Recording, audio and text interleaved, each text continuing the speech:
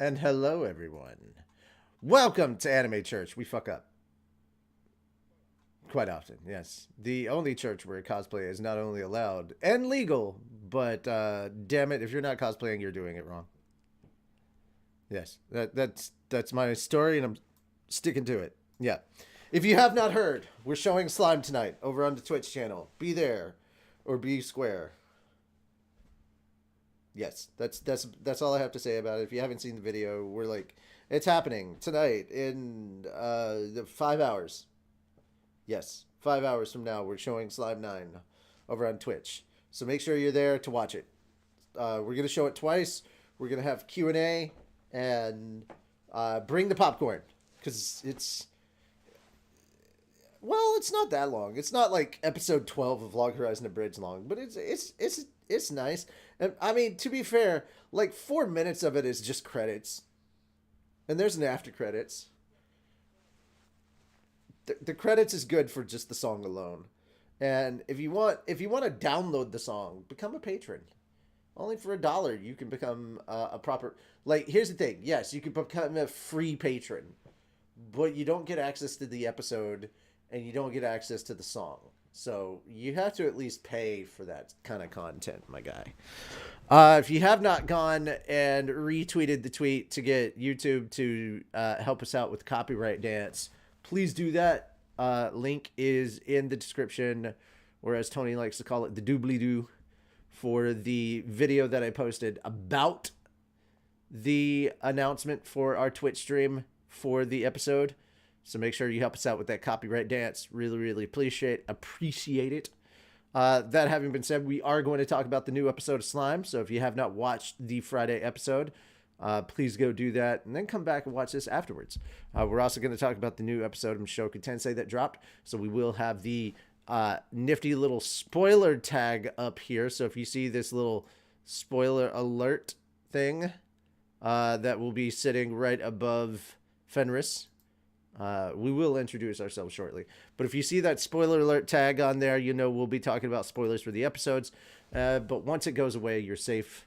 We will just be talking about the news. And of course, as always, all the topics that we're talking about, we are kind enough to post links to all of our sources in the description down below. So once again, when the spoiler alert is up, if you haven't seen the episodes we're talking about, it's not safe. But once it's gone, you're safe to unmute. Keep us on in the background while you do what you do, or just sit around, watch the show, and comment with us. We welcome your comments and, of course, your hearts. Thank you so much for posting hearts, emotes, all that stuff. And, of course, we do appreciate your comments. Guys, once again, we throughout the week go around and find the nerdiest topics that we wish to talk about, We know there is nerdy news that you wish to talk about. You can send that to us throughout the week. But once noon on Saturday hits, we no longer take requests.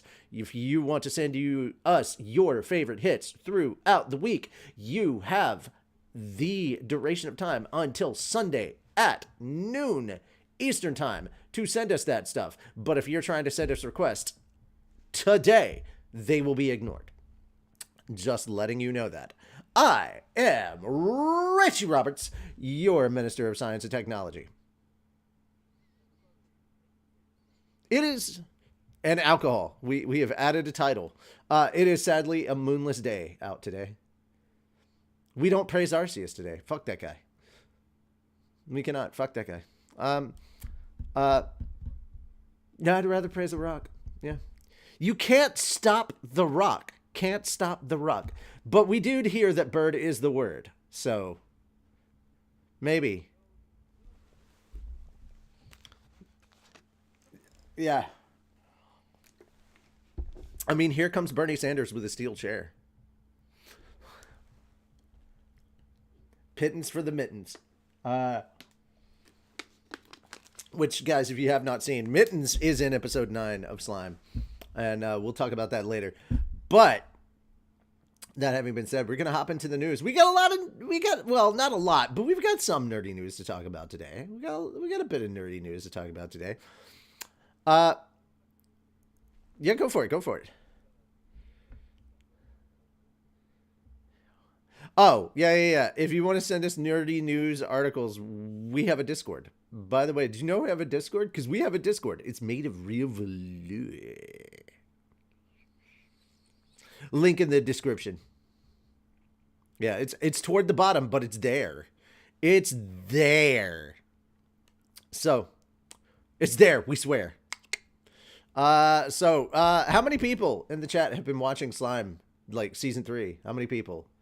Show of comments. For us, it's hands. For you, it's comments or hand emotes if you have them. Damn it! Your thing was working, I swear.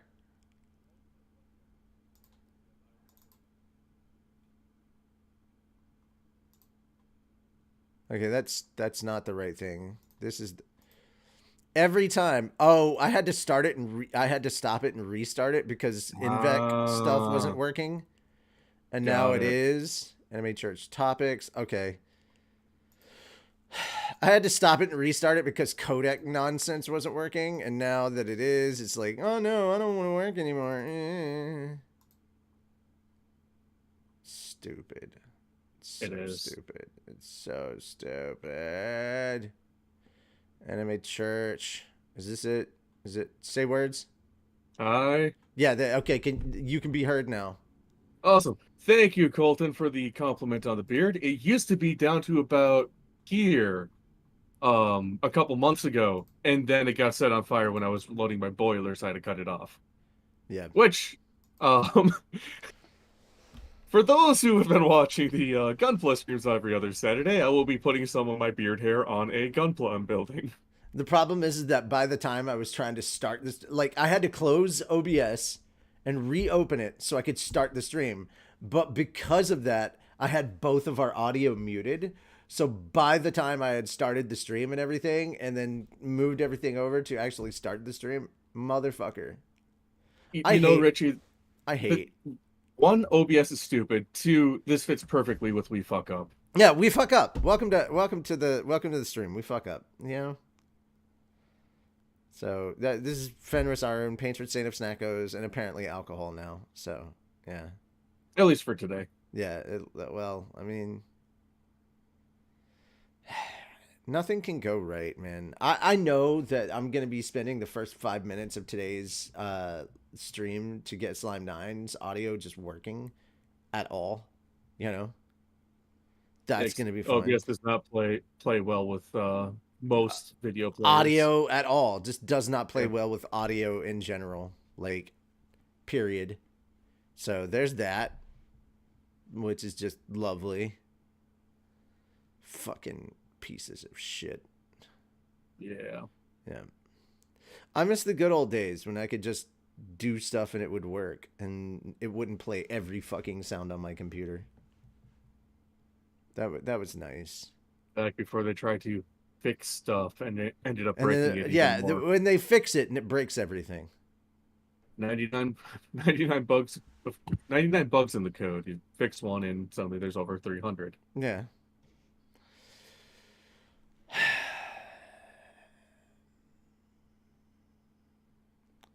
Anyway, I love it. I love it when the community fixes a bug and it fixes it properly, and then when OBS fixes a bug and it breaks everything. Yeah, OBS is not Bethesda. And it makes it so much worse. It's like, dude, just let your community fix everything. You'll be fine. Just let the community fix it. Just let the community fix it, because they can fix it all one at a time. Or they know how to release patches where it fixes things individually. Let them do it. You guys stop doing updates. You don't know how to do updates. Let the community do the updates. The community knows what it's doing. Yeah, the best part is they don't have to pay the community. Awesome. Also true. Also true. Anyway, let's put the spoiler tag up and talk about Mushoku Tensei. Oh boy, what a fun episode this was. Yes, it was. I was aware that this episode happened. I just forgot the order in which certain things were gonna process. And then as soon as we get to Nanahoshi and she's filling out she's like drawing the circles. I'm like, I think I know what episode this is. Are we gonna have to? Oh no, Rudy's gonna have to file a bug report. This is another depression episode. Oh boy. But it was for a bit, and then it got super happy. It got wholesome as fuck, dude. Like Also, super wholesome, happy, depression, back to super wholesome and happy. this is literally the episode where you get to see the boys like in their element, and you realize you can. I was like, guys, we've seen this before. We saw this kind of with the mass teleportation incident, because that was kind of one of those moments where we saw magic circles stacked on top of one another. And in Mushoku Tensei, we've actually seen magic circles stacked on top of one another in use before. This isn't a new phenomenon. It's just not a phenomenon that the characters themselves have seen. It's just something that the audience has technically seen. So for us, and to be fair, most of the audience doesn't remember it. Also true. For us, it's not technically a new thing, but for the characters, holy shit. For the characters, it is a whole new concept. And again, if you read the light novels, this plays out exactly like it did in the light novels. So that's what makes it so freaking good. Speaking of light novels, we will be starting Mushoku Tensei once we finish this volume of Slime on Mondays. I had to answer that question just a couple minutes ago. So did Cody. Yeah, in the general chat over in our Fat Dog Discord. By the way, did you know we have a Discord? Because we have a Discord. Link in the description. It's made of real velour.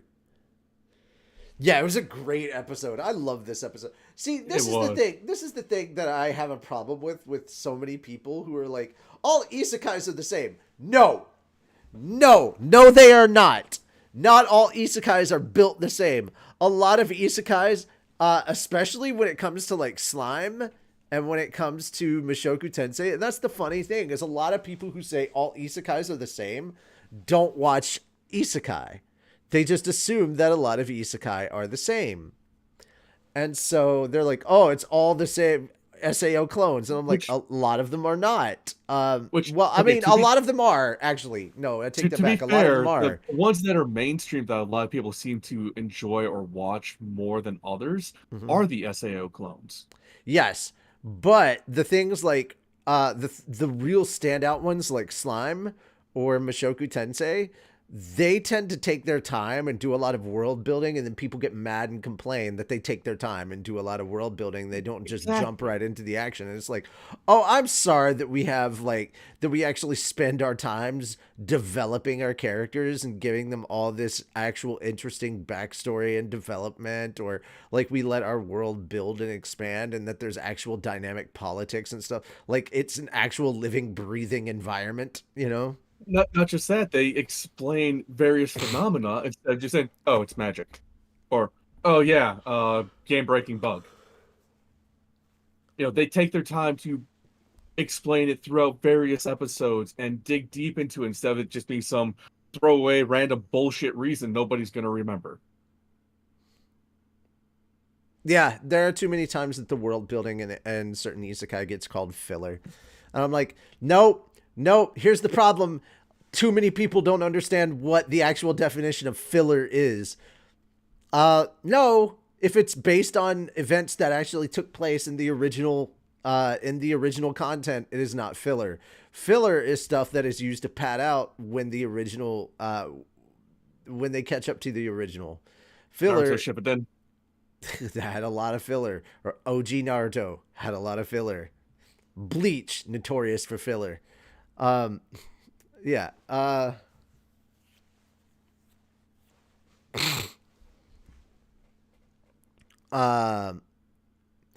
But filler by definition is content that is not from the original source material.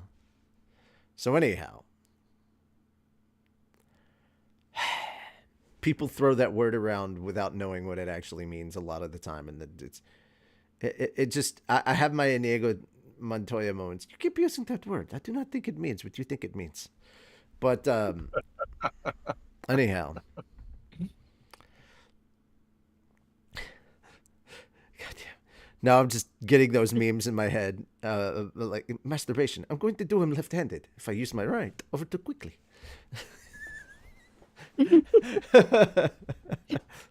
Yeah.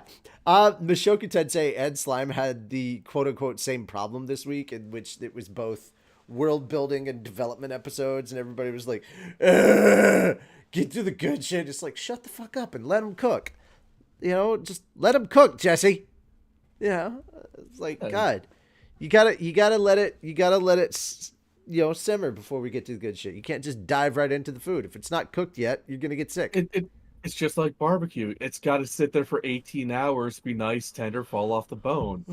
Versus throw it in the oven for an hour or two at like 400 degrees. It's going to be tough as shit. And too many of y'all have been raised on microwave ready food. Like, yes, you gotta let it cook. Anyhow, Slime was a good episode too. I agree. But really enjoyed this episode. There was so much. I love getting more moments with Nanahoshi, because we don't get enough time with Nanahoshi. Oh no, not nearly enough. Also, I love that we got to see. We get more time with Cliff, which is actually good because we get more chances to see how Cliff is developing. Because when you first meet him, he's just kind of a snotty little shit. And this is more of getting to see Cliff kind of develop as a character. And you really do get to see how cool Zenoba really is. As opposed to when we first meet him, he's just kind of like a doll obsessed otaku. Shisha! That's all that you really know about him. But also you get to see other facets of who Zenoba is from Julie. And it's of course, Julie's just he feeds me lots of good food. But it's that warm-hearted moment of is he taking care of you? And she's like, yep, yep, I love Zenoba. Master's awesome. He gives me lots of food. He gives me lots of food, and it's just a cute, adorable, wholesome moment. And Mushoku I'm definitely. Sorry, but I see a lot of myself in that little girl. Somebody gives me lots of food, I will be the happiest person in the world. Yeah, it's just those little moments right there, and just so cute, and it feels like a real marriage. Yeah, they have real marriage issues. Oh shit, my two sisters are getting dropped off. Need to tell my wife about this. What do we do? How do we figure this out? Yeah. And it's I don't know if I'll be able to give you kids. Well, I don't need kids to make me happy. All I need is you. That kind of stuff. Legit. He lied as easily as he breathed. But also at the same time, dude, this is real, this is real life stuff. Rudius's story, and I think this is something that's missing from a lot of isekai. They're so quick to get to the good bits, the good bits, the good bits. And that's what's so cool about Mushoku Tensei, is it's literally telling the life of someone. And it's dude, the life of someone is going to have all these little ups and downs and boring moments. And yeah, it skips through a bunch of stuff as well, but you're also going to get these little moments that aren't as interesting, but that doesn't make them not equally as important. And I think that's what's really, really cool about MT. I've said my piece. Go for it. Whatever your last final thoughts are on this series. I did love hearing Paul's voice. I forgot how much I missed Paul's voice. It was so fun at the beginning to actually hear his voice, yes, and the fact also that Bikini Rudy Chick was had just clothes. oh yeah, I forgot about him. Also, Bikini Chick was wearing clothes this time. That's the other thing. She had a shirt on. Yeah.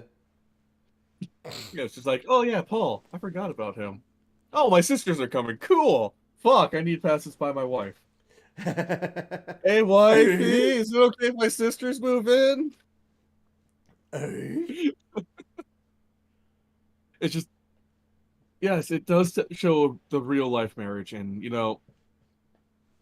it's not super lovey-dovey as much as a lot of people think it is. From what I've seen, you can at least, I've had a lot of relationship issues in the past, and I can kind of hear and see some of the underlying annoyances between the two, Hmm. as much as a lot of people don't pick up on them. I mean, they're still in the honeymoon phase, the newlywed Exactly. honeymoon phase. Yeah. So yeah, they're not going to verbalize them yet, but they're going to build up.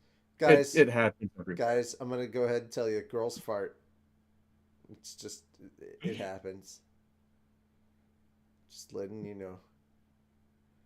Yes, Blade of Akira, we are both watching Kaiju number 8, but we are not talking about it at the beginning of the show. Yeah, yeah. We're We not reviewing Kaiju number 8 because we know nothing about it. So, at least with Mushoku um Tensei and Slime, we're well aware of I it. do. I've been reading the manga for like 2 years. Oh, I know nothing about Kaiju number 8, so this is like Uncharted. So I'm not reviewing it because I know nothing about it. I'm Yeah. absolutely blind, and I'm like, I I'm enjoying the fact that I know nothing about a series and just get For to a just change, watch yes. it blind. Yeah, I'm like I'm okay with this. Like I'm fine with that. Like I just want to sit back and enjoy a series that I know nothing about, you know? And so to continue, like And I just want to, for once, just go in and watch a shonen and not fucking overanalyze something. Like, I want to turn that part of my brain off that's trying to analyze a series and just go in and just enjoy a series for its merits, you know? exactly. Yeah. Uh, but to continue with Mushoku Tensei, Nanahoshi's part was brilliantly done, like Hmm. showing the super excited and then the sudden like depression, then the all the different phases of acceptance and Hmm. anger, and it was nice seeing that actually put in a realistic fashion. And then of course the solution was so simple, like even I didn't even think of it, like Yeah. layer paper on top of paper with different circles, just like super simple. Why the hell didn't I think of that? It gets even, I mean, to be fair, I love that she did not, I love that she could have had the option, but she did not try and take the Rudy option out.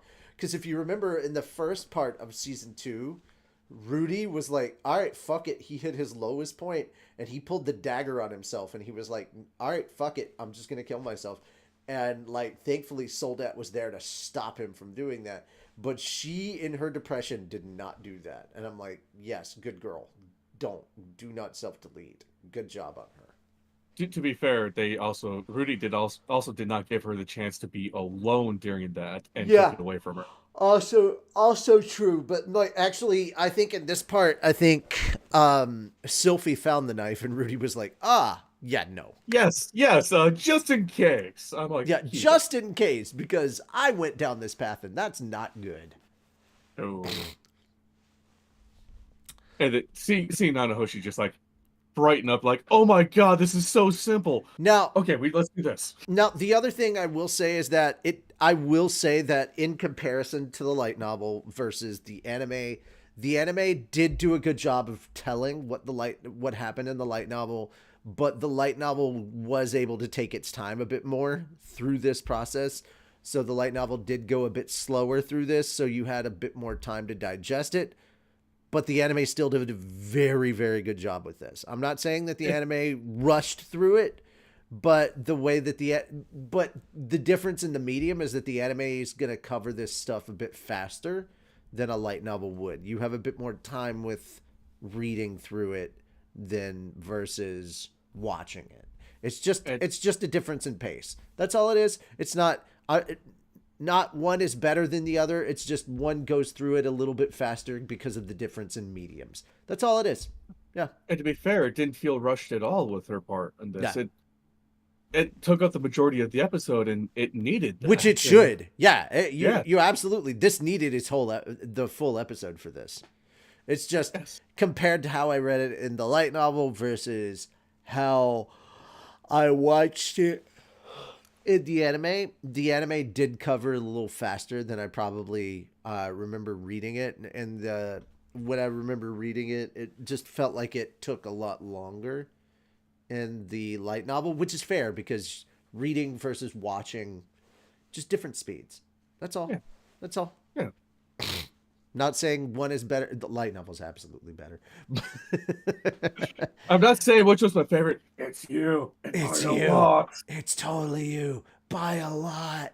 But no, it's a difference in medium because I think, and a lot of it is because In a light novel, you get more detail into what's going on into a person's mental state. Now, we did get a bit of that with what Rudy was thinking internally in the anime, but you get a bit more of that into his thought process in the light novel. So we get a bit more detail in the light novel.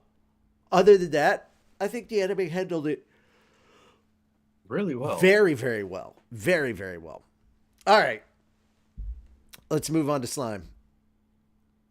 Oh boy. They are setting up a lot of shit. Yeah, they are. Yeah, they are. Oh boy. All right.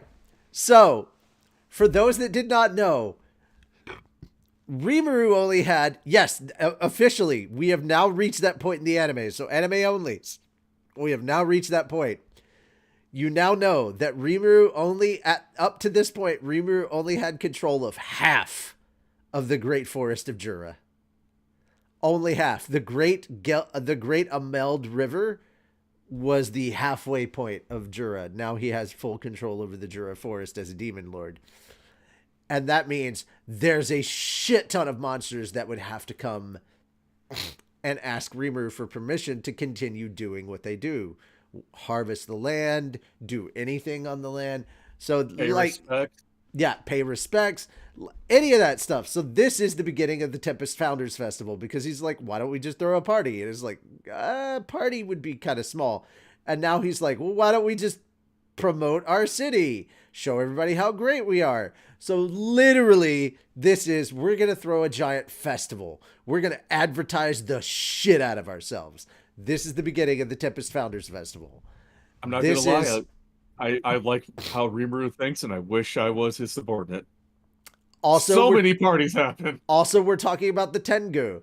Also, I love how much all of his subordinates are just like throwing off their responsibilities on people below him. And he's like, I wonder where they get this from. And I'm like, it's you! It's absolutely you! They learned this from you, Rimuru! Are you sure that's not a malfunction in your processing? No. It's absolutely not. They absolutely learned this from you. Oh my God. I love this episode. It had a lot of good moments. It was a lot of, and guys, it's so funny how much this episode is setting up not just what's coming immediately, but what's coming up in the first term. There's so much shit that it's setting up in the long term, not just for like it's setting up stuff for book 8, book 9, book 10. Like, there's a lot of stuff that's being set up. Like, this is the setup episode of all these setup episodes. The previous 2 episodes were setting up stuff for book 7. This is setting up book 8 and book 9 and book 10. This is the biggest setup episode of all the setup episodes. Which honestly leads me to believe that they have full confidence they're going to be able to get through the entire light novel series as an anime. I think so, too. This is a really, really good one. This is fucking fantastic. And to be fair, they're still keeping up with what's happening in the light novel right now. Like, at this point in time in the light novel, everything that happened in the episode happened in the light novel at this point in time. So this is very much, like, if you're, like, not okay with everything that's happening, too bad. This is what happened in the light novel. Don't give a fuck. Like, they're doing exactly what they're supposed to do. These are setup episodes. They're very important. Believe it or not, they've trimmed a lot of the fat. They have trimmed a lot of the fat. It's still all very important. Talking about the Tengu. Very, very important. Especially with Hakuro in the room. Very important. I can't say why, but it's very important. Talking about Alvis and Benimaru. With Benimaru in the room. Very important. Can't talk about why. It's just all the stuff that is happening this episode is extremely important to future events. Can't tell you why. If you don't read the light novels, you won't know. If you're an anime only and you're just like, I'm bored with this shit, motherfucker, strap in. Every bit of this was important information. All of it. And then all the haters online, which we're going to cover in a moment. Everybody's like, I'm so bored to tears. All this world building, blah, blah, blah. This is why I hate isekai. They're all the same. No. No, they're not. No. Isekai does not do world building like this. This is fantastic. This is a slime only thing. This is why slime knocked Mushoku Tensei out. Because Mushoku Tensei's world building is second only to Slime's world building. Slime's world building, political intrigue, and its setup is like the only one that surpasses Mushoku Tensei. It's that fucking detailed. This guy, the writer, Fuse, is insane. It's great. I'm so happy. I'm so happy for this episode. Yes. My favorite part was when Geld came back and just like, yeah, so I'm having trouble with my workers, and his first thought was, let's go drink. Yeah. Because this is something that Rimuru can absolutely relate to from his previous life. He's like, dude, I feel you on a cellular level. Not just emotionally, on a cellular level. I get you, my man. It was nice seeing Trainee behind the bar. It's just like, yeah. I wish he was my bartender. Meanwhile, the weed princess is in the back like, I got you, Geld. So many ideas for one that comes up in the abridged. So many.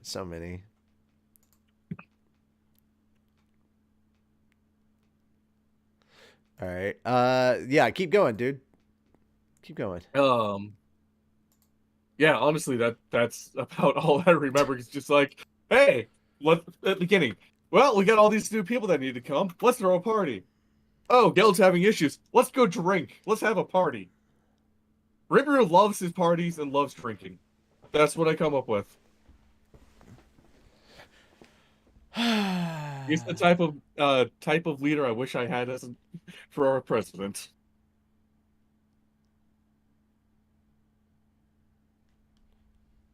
But yeah, in the long run, everything is being set up for very important reasons. Even we're on volume 16 of light novels, right, Richie? Yeah. Even parts of this episode do impact volume 16 that we're on, and it's that far ahead. It's just in a way, every bit of this impacts, like, has major impact. Like, all of this is setting up something that has major impact on future stuff. Oh yeah. It's okay. Like you mentioned, this world building is just mind-boggling and mind-bending. So here's ANN's short review of episodes 49, 50, and 51. These first 3 episodes showcase what I love most about this series and how too much of a good thing can hurt your story. No, shut the hell up. They are all about the intended and unintended consequences of that have arisen due to Rimuru's actions so far, most specifically in the war with Falmouth and the Demon Lord's Banquet.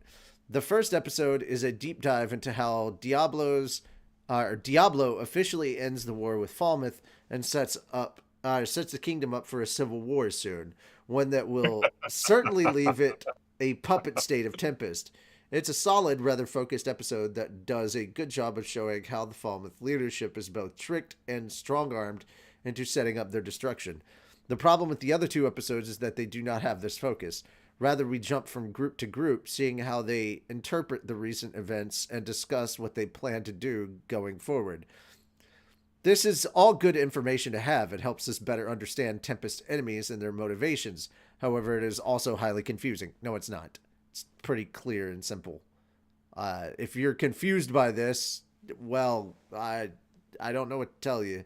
You're dumb. It is hard to keep track of what each group knows as opposed to what we, the viewers, know thanks to our nearly omniscient viewpoint. It's also tough to follow the actual order of events, especially during Walpurgis. There was a war, a castle invasion, a royal assassination, and the birth/death of a new demon lord. These things took place at approximately the same time in wildly different locations. Then you add to that the numerous not-so-important things that get screen time as we check in with every single member of Rimuru's entourage to hear about what they've been up to. It's so much that you start to feel like you should be taking notes. And if all that wasn't enough, we get a huge chunk of Hinata's backstory in the middle. It's supposed to explain how such a righteous and stubborn person ended up as a minion of a demon lord slash vampire, yet not enough time is spent on the story, so it becomes, I was defeated in battle, so I pledge my loyalty, even though that doesn't fit with what we need to see of the character in the flashback. Wow. It seems like somebody did Completely not missed the message. Yeah, I think that this person who's doing the review did not actually did not watch the episode or even read the subtitles. I think they just put it on in the background and just did other work. Yeah, I think they just skimmed it and didn't actually watch the episode. Yeah. Not to mention that completely skipping over the fight fit with what we see of the character in the flashback. Not to mention that between Hinata and Luminous Valentine robs us of seeing how strong they are, both compared to each other in general. It feels like we got an over-abridged version of Hinata's past, devoid of the necessary nuance to make it sensible. To sum it all up, almost everything we covered in these episodes seems important, not only as a review of last season, but also as setup for things to come. It's just the way that this information is given to us that is the problem. It's the shotgun approach to storytelling, like just by throwing enough plot points at random, some of them are bound to hit the mark. Hopefully we can move the plot forward now that we've spent 3 episodes on this. Who knows? Rimuru's little coronation party may just be the perfect stage to get things going. Yeah, this is definitely coming from somebody who has no idea what the fuck is going to happen or what's going on. Rating for episode 49 is 4 stars. 2.5 for episode 50, 2.5 for episode 51. Yeah, okay. Once again, this just feels like someone who skimmed it and is ready to just drop haterade for the sake of haterade. I mean, like this is why I do not trust any kind of. All right, here's the thing, guys. If you're going to Anime News Network for your reviews, you're already in trouble. You're already in trouble. Yeah, it sounds like they did not pay attention to the show. Like, here's my thing. Even as an anime only to Slime, that's a bad review. That is a very bad review. I mean, here, the random thoughts. What I mentioned about Geld. Please keep trying to make me sympathize with Geld and his issues motivating his newly acquired slave labor. I insist. It's not all just slave labor. It's not slave labor. It's not. No, it's literally like, of course there's the prisoners of war, but there's also the beastkin that are looking to have a new home and are trying to prove that they can do it. There are people in his force that are super motivated, just they don't know where to put that motivation. And then there's others who are really skilled but just lazy. And trying to find the medium between the two is hard. Secondly, if they'd paid even an iota of actual attention, they would have understood that they are properly compensated for their work. Yes. Actually treated better than where they were previously, so it's not actually slave labor. Shut the fuck up. Jesus Christ.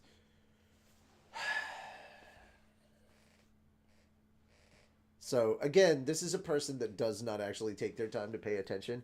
And I get what probably is happening is that they have to review a bunch of different shows, so they're not actually giving it the proper time of day. So, this is a person that literally had to write a thing and meet a word count.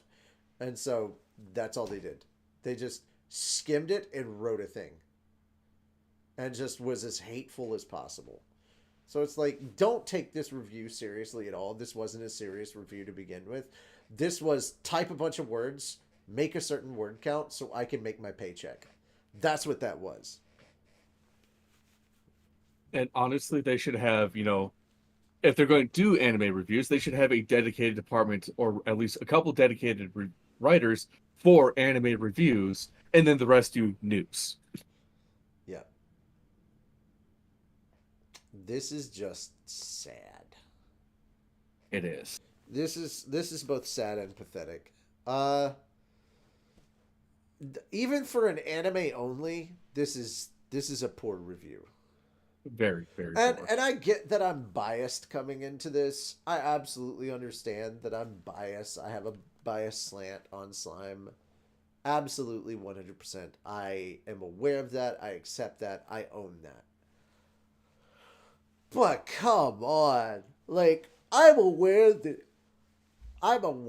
there are bad episodes within Slime, and I'm okay to admit that. Like, I'm not gonna sit here and say it's the greatest anime of all time. It's not. It's not. It has its good episodes. It has its bad episodes.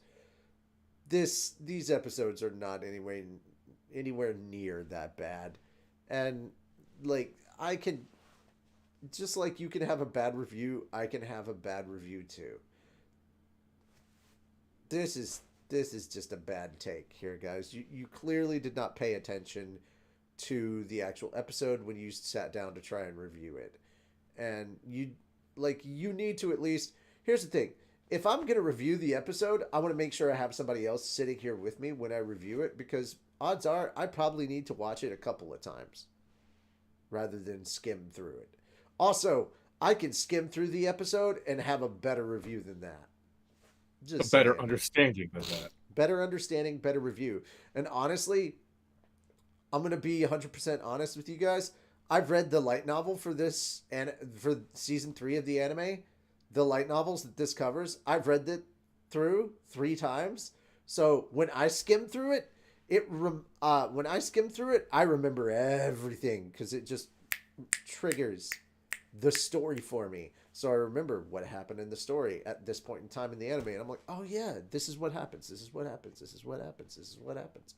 So I'm okay to skim through it. They're not because they are experiencing it for the very first time. So there's a difference between me skimming and them skimming. So if I were to skim through it, which I don't, I watch the whole fucking episode. But come on, my guy. Anyhow, that's it. This just feels like haterade. That's That's basically all it is, yeah. all right. On to the actual news. Spoiler alert has gone away. Welcome back, everybody. Hello, everybody who didn't want spoilers on Slime and Mushoku Tensei. We are now away from Slime and Mushoku Tensei. Yes. And Now we are on to news. Transformers. Yeah. Okay. So Transformers 1 came out. And what's been most interesting about this is that while a lot of people aren't necessarily down with the voice stuff or the sickness, they're not necessarily down with the sickness. Wow, this is taking a long time to load. Get up, come on, get down with the sickness. Your mother, get up, come on, get down with the sickness. So, despite the changes in the voice crew, which, like you mentioned, a lot of people aren't exactly happy about, they're a little it apprehensive. does make sense because this is early Optimus and early Megatron before they were even known by those titles. This is still back on Cybertron before everything went to shit, and they're young, they're stupid, they fuck up. Yeah. They're best of friends by the looks of it too.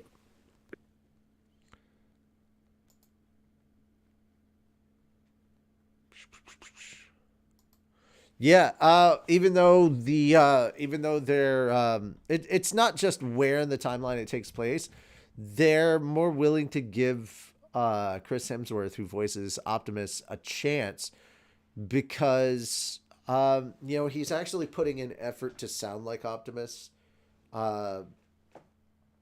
They understand that Peter Cullen is retiring, and Peter Cullen has been the voice of Optimus for a very, very long time. It's the 80s. Yeah. And when you get used to hearing just one person doing the voice for so long, yeah, they're saying News Network is once again currently unavailable. Yeah, I loaded all the articles ahead of time. Did you? Wow. Yes. So if you could go ahead and just read the article because I'm not getting it. I don't know what's going on with ANN. Transformers 1 animated prequel film streams new trailer from space. Paramount Pictures streamed on Thursday a new trailer for Transformers 1, the new animated film prequel to the Transformers franchise, from space. The stream featured a nearly 1-hour countdown showing the trailer's screen attached to a craft ascending 125,000 feet above the Earth. Also had an Autobot symbol, or the Autobot insignia on the screen the entire time. Film stars Chris Hemsworth, who voices Optimus Prime, and Brian Tyree Henry, who voices Megatron, introduced the film. The film will open on September 20th following another delay. The film was previously scheduled to open on September 13th following the first delay. Originally, the film was announced to premiere on July 19th. Transformers 1 centers on the relationship between Optimus Prime and Megatron and takes place on Cybertron, the shared homeworld of both the protagonist Autobots and antagonist Decepticons. It takes place before either actually exist. Like, from what I gathered from the trailer, Autobots, Decepticons, neither existed. They were all just bots. NBE1. That's what we call him. Oh my goodness. Yeah, you're going to have to I can't get it to pop up on any of the browsers that I use. So it's just, I guess it's something going on with my internet or something. I don't know. Could very well be just Anime News Network, because you met, like earlier, it was down for you when we were talking. But yeah, this is a prequel. I'm optim God damn it. Optimistic about it. I was gonna say I'm optimist about it. You're optimist about it? Yeah. I'm optimistic about it, just because it's looks more of a comedy instead of like a die hard like serious movie. And watch your profanity. It needs Transformers has always had that nice blend of comedy and action. DDoS attack for slime opinion. More than meets the eye. Oh, they actually do that too. In the trailer. Next story. Sesame Street characters get esports treatment with Evo Japan merch. Elmo, Big Bird, and Cookie Monster are becoming the Sesame Street Fighters. Oh yeah, sure. Now it works. This is so dumb. This is so dumb. I would just pull up all the other articles in other tabs before it goes down again. This is so stupid. Why? Why are they getting this? Why are they getting this treatment? I don't know. At least on this year's Evo Japan merch. And a new collaboration with the annual fighting game tournament, the children's television show is featured in crossover merch. Fans can show their love for fighting games and the puppet characters with two designs. A t-shirt featuring Elmo and Cookie Monster showing off their fighting game controllers, and a pullover hoodie with an illustration where the two play a game together with Big Bird. Elmo wants to kick your ass! In Tekken! The games featured at this year's tournament are Grand Blue Fantasy vs. Rising, Guilty Gear Strive, King of Fighters 15, Street Fighter 3 Third Strike Fight for the Future, Street Fighter 6, Tekken 8, and Under Night in Birth to Sis Celeste. Oh, fuck. I was making a joke. I didn't even know Tekken was in the lineup. It is. Yeah. That's so funny. Bro, I didn't even know. So good to see that Sesame Street is promoting violence. That's so good. That's so good. I'm so glad I said Tekken and not Minecraft. Yes. Are you able to pull up anything now? Yeah, I got it all pulled up. You want to take the next one? Oh, God. It'd be the, I think the One Piece. Oh, no. Oh, yeah, that's good. Live action One Piece series wins at the 2024 Writers Guild Awards, which, all right, guys, usually the Oscars is the last major awards event, but because of the strikes that went down, the Writers Guild Awards, which, by the way, they were the ones that actually got it right. They were the ones that were like, hey, they said that Barbie wasn't an adapted screenplay. They said it was an original screenplay, so they got it right. I don't know what the Oscars were smoking, calling it an adapted screenplay. No, it's an original screenplay. Guys, Barbie never had a story. The boxes didn't have a story about them. Never did the Mattel series have a story about Barbie. Never. So it was not an adapted screenplay. Don't know where the Oscars pulled that one. Anyhow, The 2024 Writers Guild Awards revealed this year's winners on Sunday, and the Netflix live-action adaptation of Eiichiro Oda's One Piece manga won the Children's Episodic Long-Form and Specials category. Writers Matt Owens and Stephen Maeda won for the series' Romance Dawn episode. The live-action series debuted exclusively on Netflix on August 31st. The Romance Dawn episode, of course, being the first episode in the series. The series ranked number 1 on Netflix Global English Language Television rankings for 3 straight weeks on the service. And it was also nominated for Best Hairstyling in the Children and Teen Television Programming category for the 11th Annual MUAS Awards, but did not win. But yeah, guys, that's pretty cool. Winning a WGA, a Writers Award from the actual writers, dude, that's huge. Like, everybody's like, oh, the Oscars. No. Winning a writing award from the Writers Guild means way more than winning an Oscar. That's same thing for winning an Actors Guild Award from SAG. When the Actors Guild recognizes you for good acting, that's way more impressive than winning an Oscar. Oh, yeah. Yeah. It's not just, a panel of people. It's every actor voting. Like, because the SAG means a hell of a lot more, because that's coming directly from your peers. Yes. So when the Screen Actors Guild recognizes you, just a nom from them means way, way more. All right. Moving on to our next topic. You got the next two. Next two are me, yes. Yeah. So this is a little bit different than what we normally report on, but it's still funny. It's still funny, and it's a double dose. It's a double dose of Xenomorph. Yeah. Aliens vs. Avengers. Xenomorphs fight superheroes in Marvel Comics mashup this summer. Well, it's finally happening. It was only a matter of time before Disney-owned Marvel characters and the Disney-owned Xenomorphs came together for an epic mashup, and Entertainment Weekly has announced this morning that Aliens vs. Avengers is coming. The upcoming... Disney does not own Marvel Comics. Marvel characters. Yeah. But Disney does not own the Marvel Comics franchise. So if the Xenomorphs are coming to the comics titles, that's different. That's 20th century. Yeah. Well, I mean, Disney owns the Xenomorph characters. They do not own the Marvel Comics characters. So it's interesting that this is happening because they do not own the license to Marvel Comics. Yeah.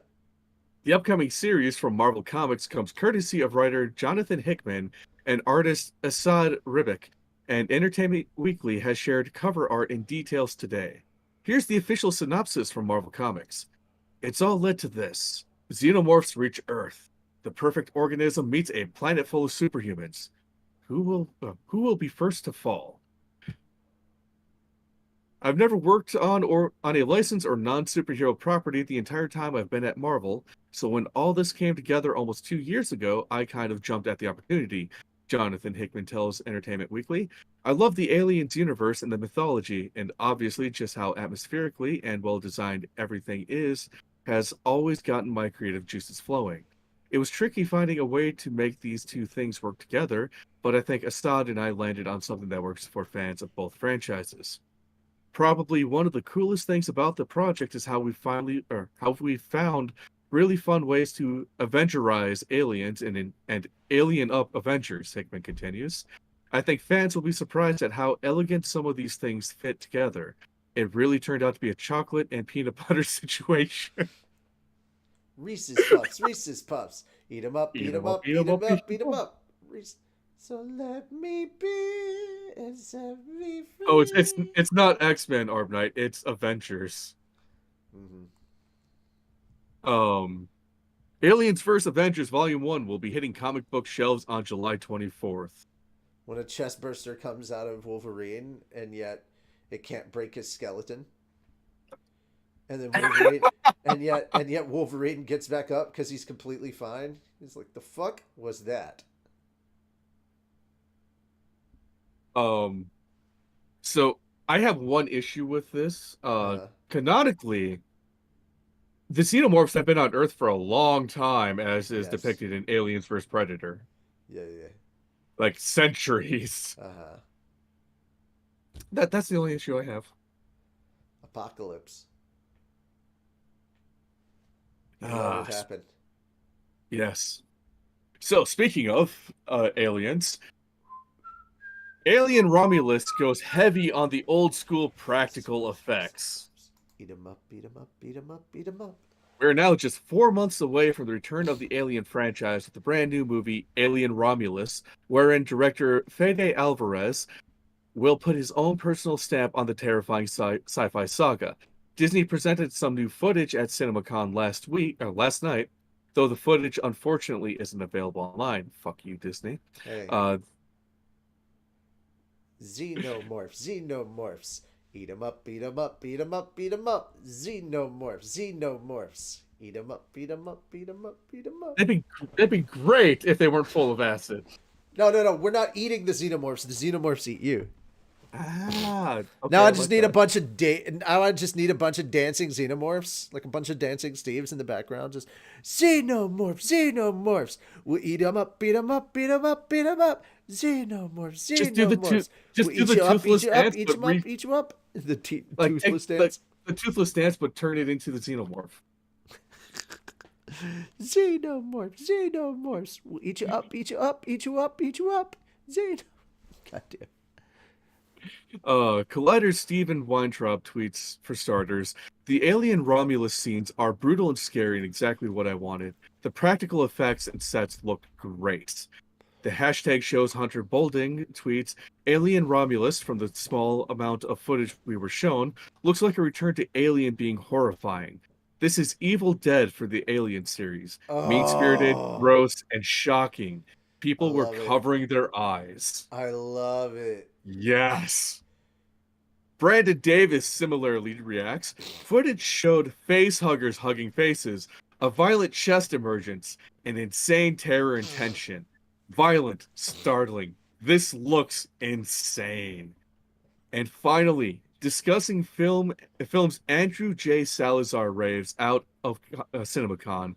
We just saw a whole scene from Alien Romulus where the main crew gets attacked by a horde of facehuggers. So many of the facehuggers are practical puppets. We saw another bit with a chest burster, and the entire sequence doesn't look like it uses CGI. If they do practical effects for the chest bursting, dude, that'd be amazing.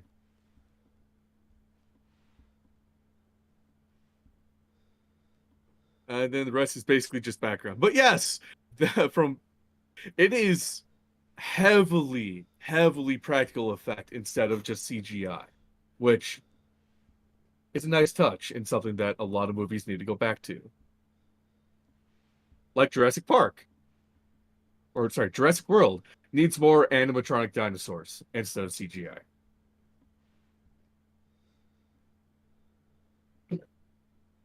Your thoughts, Richie? Xenomorphs, xenomorphs. We'll eat you up, eat you up, eat you up, eat you up. Xenomorphs, xenomorphs. We'll eat you up, eat you up, eat you up, eat you up. So set me free and I'll eat you. I'm trying to think up the words for the other songs. So set me free and I'll be in ecstasy. I don't know. I'm trying to think of the words to this song. That's what I've been doing this whole time is trying to think of lyrics to that stupid fucking trio of songs. Don't come to me for any advice. I'm just here in Dum Dum Land. Xenomorphs, xenomorphs. We'll eat you up, eat you up, eat you up, eat you up. Xenomorphs. Oh, what was it? What are the lyrics to that? The World of Imagination. Like, come with Come me and with me, and you'll be in a world of pure inebriation.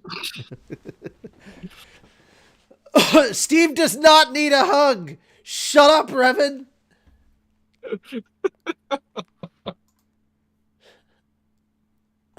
damn it, now I'm gonna be thinking of a way to turn that into a face All right. hugger. So Frieren, Beyond Journey's End series gets an escape room set in a dream world.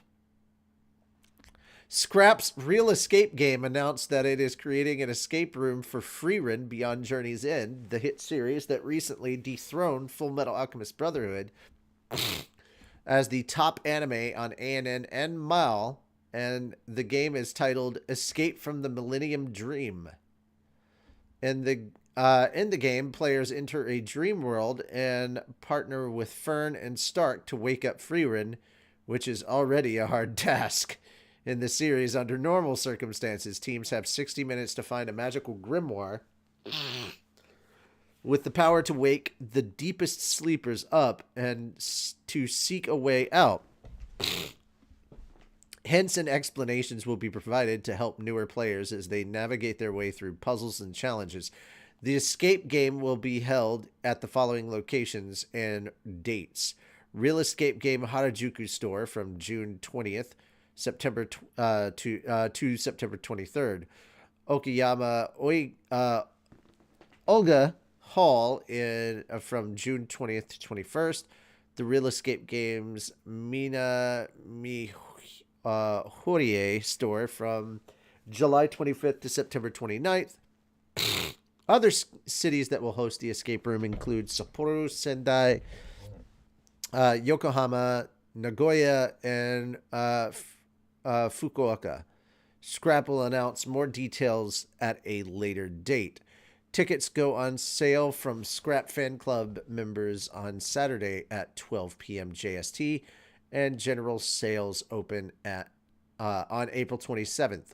There is also a special package that comes with benefits such as a pin badge and a glass that displays an image after pouring a cold liquid in it. Scrap's Real Escape game is no stranger to escape rooms, being one of the original, if not the first, companies to open a physical escape room in the world. The company is prolific in designing escape rooms based on anime and games. It has created escape rooms and games in the past for Evangelion, Hunter x Hunter, Dr. Stone, Promised Neverland, JoJo's Bizarre Adventures, Detective Conan, and The Legend of Zelda, among others. And there we go. So pretty cool. Frieren game. Fun fact for you, Frieren, a lot of the fans are trolls, especially to the creators. Did you know that they recently had their popularity contest? Oh, no. Do you know what the top 3 characters are? Who? Number 1, Himmel. Number 2, Frieren. Number 3, the Mimic. Of course. You know what his pronouns are? I'm Himmel. All right. Damn. Stupid French fries. Please feed me. Damn it. How's that going to work? Frito potato. Sorry, still working on the world of gorification. All right, you get the last one. Okay. Plus-sized elf anime reveals main staff and first promo video.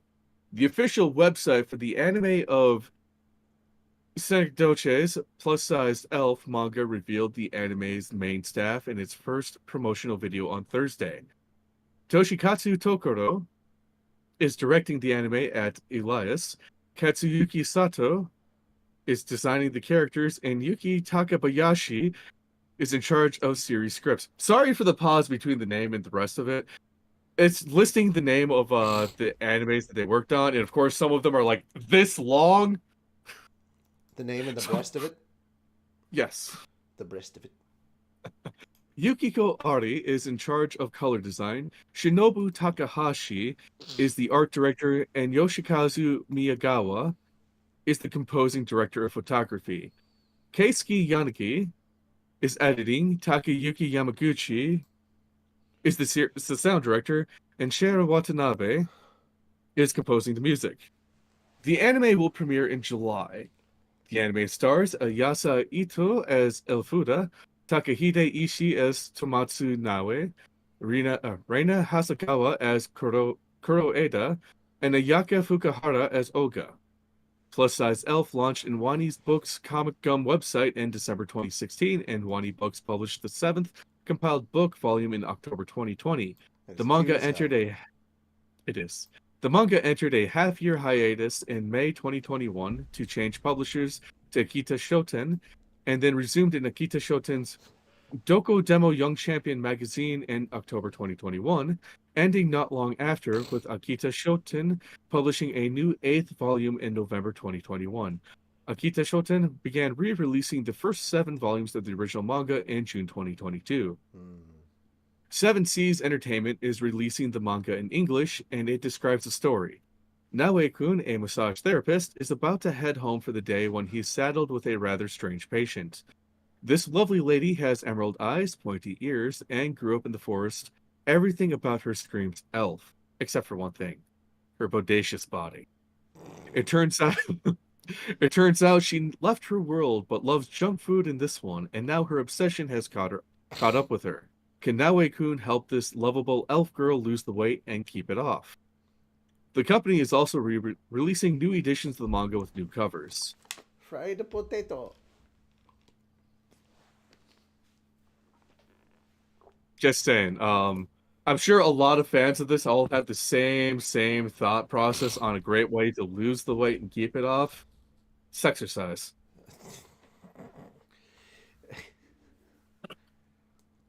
Just saying. Okay.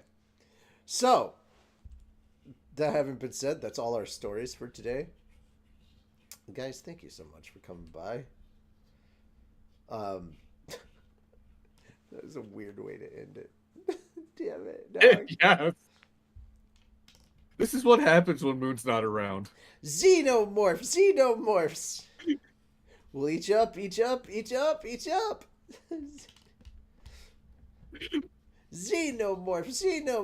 Give you hugs.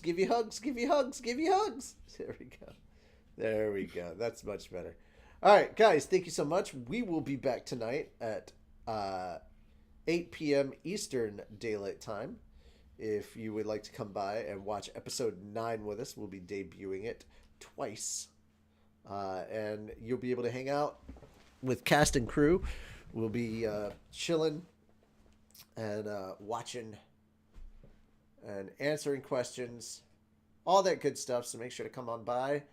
And that'll be over on our Twitch channel. So make sure you come by and hang out with us for that.